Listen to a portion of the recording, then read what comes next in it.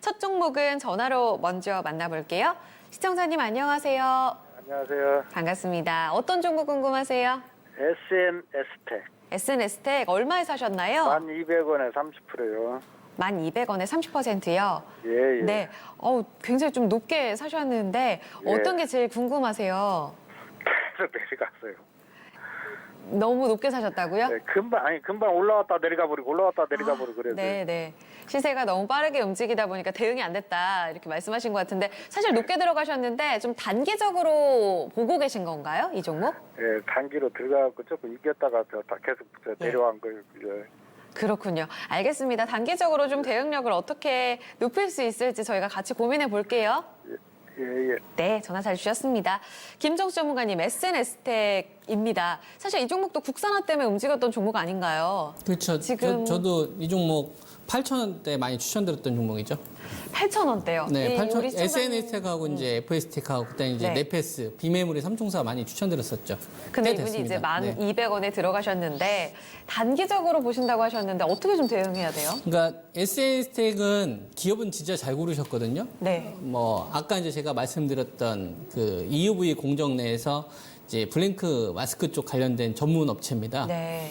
그러니까 이게 삼성이 일본 업체한테 갑질을 하고 싶은데 갑질을 못 하고 있는 업체가 몇 군데 있거든요. 그 중에서 이제 대표적인 업체가 이제 호야라는 업체가 있어요. 네. 그 업체가 전 세계 이제 블랭크 마스 쪽 점유율이 한 70% 정도 되고요. 삼성전자한테는 완전 그 갑질할 수 있는 그 정도의 기술력을 가지고 있습니다. 그쪽 영업이익률이 40%대 나오니까 삼성전자 입장에서는 얼마나 속이 불글불글 끓겠어요. 40% 나온다는 얘기는 그만큼 단가를 못 후려친다는 얘기잖아요. 그렇죠. 네. 그만큼 압도적이니까. 네, 그러니까 네. 삼성전자 그게 열받아가지고 국내에 있는 업체들 가운데서 블랭크 마스크를 개발할 수 있는 업체를 찾다가 이 기업을 찾은 거예요. SNS텍. 이게 한 2년 정도부터 진행을 했었어요. 2년 전부터. 예, 2년 정도 했고 어느 정도의 성과가 나오고 있는데 예. 이제 일본만큼은 좀 안 나오고 있는 거죠. 근데 이제 블랭크 마스크라는 게 정말 중요합니다. 왜 그러냐면 네. 이 삼성전자가 아까 제가 스마트폰 ODM 쪽을 확대를 하면서 집중하고 있는 쪽이 어디라고 했죠? 메모리 반도체가 영업이익률이 떨어지니까 키우고 있는 쪽이 비메모리 쪽에서 특히 파운드리 쪽이라고 했잖아요. 네. AP 쪽보다는 비메모리 쪽을 훨씬 더 집중을 하는데 그중에서 파운드리 쪽이 훨씬 더 집중을 합니다. 근데 거기서는 노광 장비가 거의 핵심이거든요. 예. 노광 장비를 어떻게 활용하냐에 따라서 핵심인데 이 노광 장비에는 기본적으로 들어가는 무조건적으로 필요한 소재가 포토 마스크거든요. 네. 이 포토 마스크의 원재료가 블랭크 마스크인 거예요. 이 블랭크 마스크의 또 원재료가 커츠고 커츠를 일본에서 사오는 거고 그러니까 원익 QNC나 이런 애들이 일본에서 이런 거 사오면 네. 그걸 가지고 거기다가 이제 방막 증착한 다음에 요걸 가지고 이제 포토 마스크를 딱 제작을 한 다음에 거기에다가 이제 노광 장비 싸가지고 우리가 알고 있는 이제 반도체 칩을 생산하는 게 우리가 알고 있는 이 공정이라고 보시면 됩니다. 그러니까 블랭크 마스크는 반드시 필요한 거죠. 삼성전자 입장에선 눈에 불을 켜고. 네. 그래서 이거는 단기적인 성과보다 중장기적인 성과가 되게 중요합니다.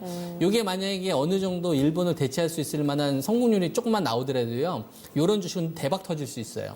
근데 그 대박이 터지기까지 뭐가 걸리겠어요? 시간이 걸리겠죠. 걸리죠. 그래서 진짜 SNS 같은 경우에는 급락하거나 좀 빠진다 싶으면 매수하면 그냥 바로 수익 날 수 있는 주식이에요. 바로 수익 날 수 있는 주식인데 네. 진입하신 가격대가 1,200원 정도 되잖아요. 예. 저는 이거를 8,000원대 한 초중반 때는 되게 많이 추천드렸는데 10,000원 금방 전후로 해서는 실전에서 이런 거 가지고 있는 분들은 매도 의견 드렸습니다. 그러니까 10,000원 정도 되는 자리에서는 밸류 부담을 느끼는 거예요. 좋긴 좋은데 네. 여기서 완전히 다 대체한 게 아니니까 그쵸. 계속 관심은 갖되 좀 시장에 따라 좀 차익션 하고 싶은 사람들도 있으니까 거기서 이제 단기 매매 욕구가 생기는 거죠. 그러니까 SNS 같은 경우에는 뭐 중장기적인 기준을 봤었을 때는 8,000 초중반 정도 오게 되면 땡큐 매수 정도가 되는 거고 네. 단기적인 저항권으로는 계속 10,000원대가 저는 형성될 거로 봅니다. 10,000원대를 넘어가는 흐름이 나오려면 일본 수출 규제 관련된 부분에 있어서 국산화, 특히 얘네들의 매출이 주로 계열사 관련돼서 매출이 발생이 되거든요. 예. 요 영역에서 벗어나야만 돌파할 수가 있을 거예요. 그러니까 뭐 SNS 같은 경우에는 앞으로 계속 관심을 가져야 되는 주식이고 다만 진입하는 가격대 자체를 좀 싸게 잘 해야 되는 거죠. 그래서 1,200원대는 저는 거의 최고점, 단기 최고점 부근에 샀다고 생각을 하기 때문에 지금 자리에서는 반등이 나오게 되면 비중을 좀 줄였다가 다시 사는 게 훨씬 더 유리하고요. 예. 중장기적으로 전략을 세운다고 한다면 저 같으면 그냥 돈 있을 때마다 만약 직장인분이라고 한다면 돈 있을 때마다 이 주식 모아갈 것 같아요. 매월 월말에.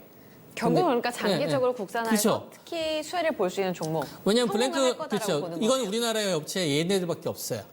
그걸 또 보호하는 게 FST가 가지고 있는 패드클 관련된 기술이고 네. 삼성전자 입장에서 얘네들 계속 데리고 갈 수밖에 없습니다. 다만 그게 성과가 보이려면 시간이라는 게 걸릴 거 아니에요. 기술이라는 게 뭐 쑥딱 만들어지는 게 아니니까. 지금 투자한 기간만큼 더 걸릴까요? 그거는 이제 장담할 그건 수 제가 장담할 수가 없고 이쪽 업체들이 가지고 있는 이 기술적인 진보, 그다음에 일본을 대체하는 거에 대한 어떤 경쟁력. 그러니까 호야의 점유율을 뺏어야만 가능한 거니까 그건 네. 제가 장담해 드릴 수는 없는데 방향은 되게 잘 잡은 기업이다. 그래서 정말 이 기업 좋은 기업입니다. 그래서 네. 아까 비중이 30%가 1,300원이라고 했는데 이게 조금 아쉬워요. 네, 네. 한 10%나 15%만 있어도 밑에서 나오면 그냥 적극적으로 받으면 되는데 30%면은 받아봤자 단가가 별로 안 낮아지잖아요. 그래서 좀 제가 제시해 드릴 수 있는 거는 단기적으로 대응을 진짜 짧게 하고 싶다라고 한다면 이게 그 9월 30일 날 발생되었던 이 시가 자리가 되게 중요합니다. 8,700원을 노스컷으로 잡아야 되고요. 8,700원을 노스컷 기준으로 잡아야 되고 그다음에 단기 목표치는 한 1만 원 금방 전후. 이게 단기적으로 제가 제시해 드릴 수 있는 목표고 근데 개인적으로 이제 이건 이제 단기적인 의뢰를 하셨으니까 제가 이렇게 답변을 드리지만 단기적인 성과를 가져가시는 것보다 진짜 이런 기업도 한 1, 2년 정도 돈 있을 때마다 모아간다고 한번 해보세요. 그럼 이게 진짜 크게 먹을 수 있을 겁니다. 그래서 뭐 단기적인 그 의견을 물어봤지만 중장기 투자를 권장한다. 뭐 이렇게 좀 정리를 하면 좋을 것 같습니다. 그럼 10,000원에서 일단은 비중을 덜어내거나 매도하고 다시 잡아도 문제 없다. 그게 좋겠죠. 그러니까 거기서 비중 조절하면 좋을 것 같아요. 한 네. 10,000원 금방 됐었을 때 네. 한 비중 한 절반이나 3분의 한 2 정도 처리했다가 다시 네. 조정 나오면 매수하고 이런 식으로 가는 게 좋을 것 같고요. 네. 치고 가려면 실적 호조로 올라가면 안 됩니다. 국산화 관련된 게 붙으면서 올라가야지 진짜예요. 성공 뉴스를 그쵸, 받아야 예. 된다. 그걸 포인트로 보시면 됩니다. 네. 시청자님, 저희 자세하게 이야기 좀 들어봤는데요. 네, 잘 들었습니다. 예, 네. 예. 단기, 중장기 같이 참고해 주세요. 네. 네. 네, 좋은 성과 있으시길 바랍니다. SNS텍 살펴드렸습니다.